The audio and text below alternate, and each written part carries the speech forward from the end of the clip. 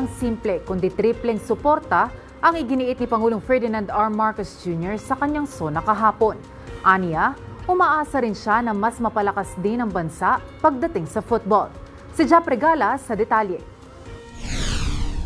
Iginiit ni Pangulong Ferdinand R. Marcos Jr. ang pagpapaigting ng kakayahan ng bansa para sa mga atletang Pilipino. Ito'y kasabay ng kanyang mensahe sa kanyang SONA kahapon. Mahalaga rin ang ating sports. Itinaas natin ng triple ang suporta natin dito. Hindi lamang dahil sa aliw na hatid nito, kundi para sa kalusugan.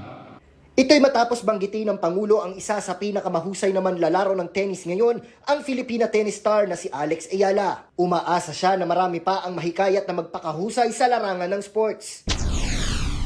Sa nag-uumapaw nating suporta kay Alex Ayala, sana ay marami ang maengganyo para matuto at maglaro hindi lamang ng tennis, kundi ng ibang sport pa.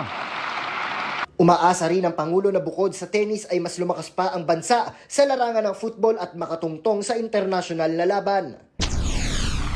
Sa halimbawa ng Pilipinas Women's Football Team, sana rin ay mas sumikat pa ang football sa ating bansa at maraming maglaro. Balang araw, baka makasali na ang Pilipinas sa World Cup. Pinasalamatan naman ni former Senator Manny Pacquiao ang Pangulo matapos nitong pagtuunan ng suporta ang sports. Binati rin ng dating senador ang tagumpay ni Ayala. Pasalamat tayo sa Pangulo dahil unang-una binigyan ng halaga ang sport sa ating bansa, which is yun ang nagbibigay sa atin ng magandang pangalan sa buong mundo, yung sports. At salamat sa ating bagong inspirasyon sa sports na si Alex Ayala. Salamat, congratulations and happy for you. Keep it up. Matatandaang noong 2025, naging usapan si Ayala matapos maabot ang semifinals ng Miami Open.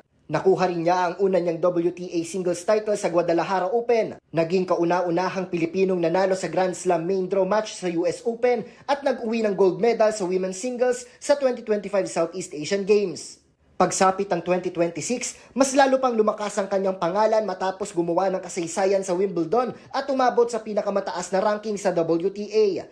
Dahil sa kanyang mga naging tagumpay, nag-courtesy call si Alex Ayala kay Pangulong Ferdinand R. Marcos Jr. sa Malacanang, kung saan tinanggap din ni Ayala ang presidential citation bilang pagkilala sa kanyang makasaysayang tagumpay sa larangan ng tennis. Ayon pa sa Pangulo, mas palalakasin pa at bibigyang prioridad ng pamahalaan ang mga atletang nangangarap makatungtong sa international stage. Para sa totoong balita sa bagong Pilipinas, Jap Regala, Congress News.